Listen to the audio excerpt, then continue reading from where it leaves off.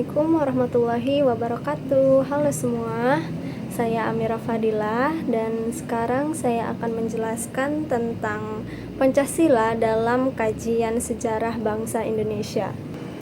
Baik, langsung saja kita masuk ke pembahasan yang pertama, yaitu pengantar Pancasila dalam sejarah bangsa. Yang pertama adalah Pancasila adalah dasar negara dan pandangan hidup bangsa Indonesia. Nah, Pancasila ditetapkan sebagai dasar negara pada tanggal 18 Agustus 1945 dan sejak saat itu Pancasila tidak hanya menjadi fondasi yang konstitusional tetapi juga arah dan moral dalam kehidupan bangsa. Yang kedua adalah merupakan hasil refleksi nilai-nilai luhur yang telah ada dalam budaya Nusantara. Nilai-nilai seperti keadilan, gotong royong, dan toleransi yang sudah ada sejak zaman kerajaan-kerajaan kuno di Indonesia dan sudah ada jauh sebelum era penjajahan. Yang ketiga adalah peran penting dalam membentuk identitas dan arah perjuangan bangsa.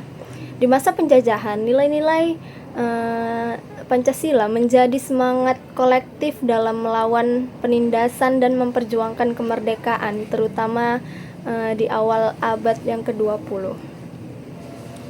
Baik, kita masuk ke pembahasan berikutnya, yaitu akar historis nilai Pancasila. Yang pertama adalah nilai Pancasila sudah tercermin dalam kehidupan masyarakat jauh sebelum kemerdekaan.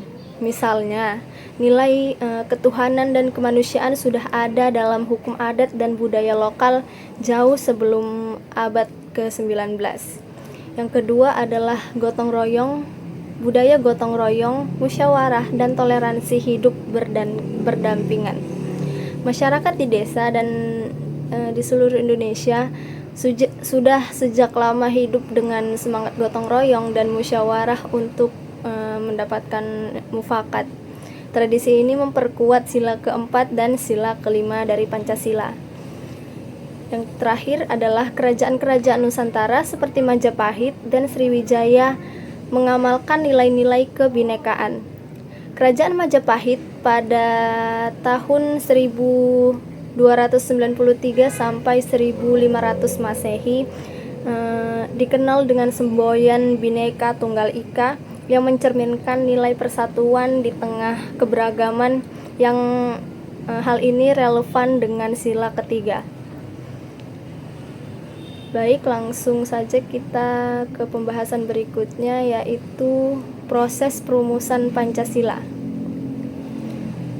Nah, Pancasila ini sendiri dirumuskan oleh BPUPKI, yaitu Badan Penyelidik Usaha-Usaha Persiapan Kemerdekaan Indonesia. BPUPKI ini dibentuk oleh Jepang pada tanggal 29 April 1945 dan mulai bersidang yang pertama kali pada tanggal 29 Mei 1945. Berikutnya, tokoh-tokoh penting dari perumusan Pancasila ini adalah Soekarno, Muhammad Yamin, dan Supomo.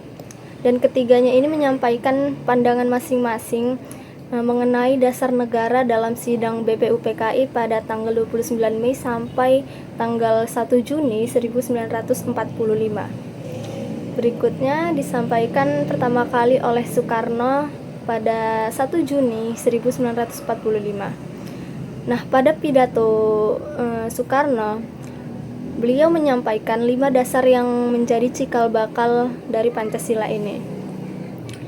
Dan Pancasila disepakati dalam Piagam Jakarta pada tanggal 22 Juni dan finalnya itu pada tanggal 18 Agustus 1945.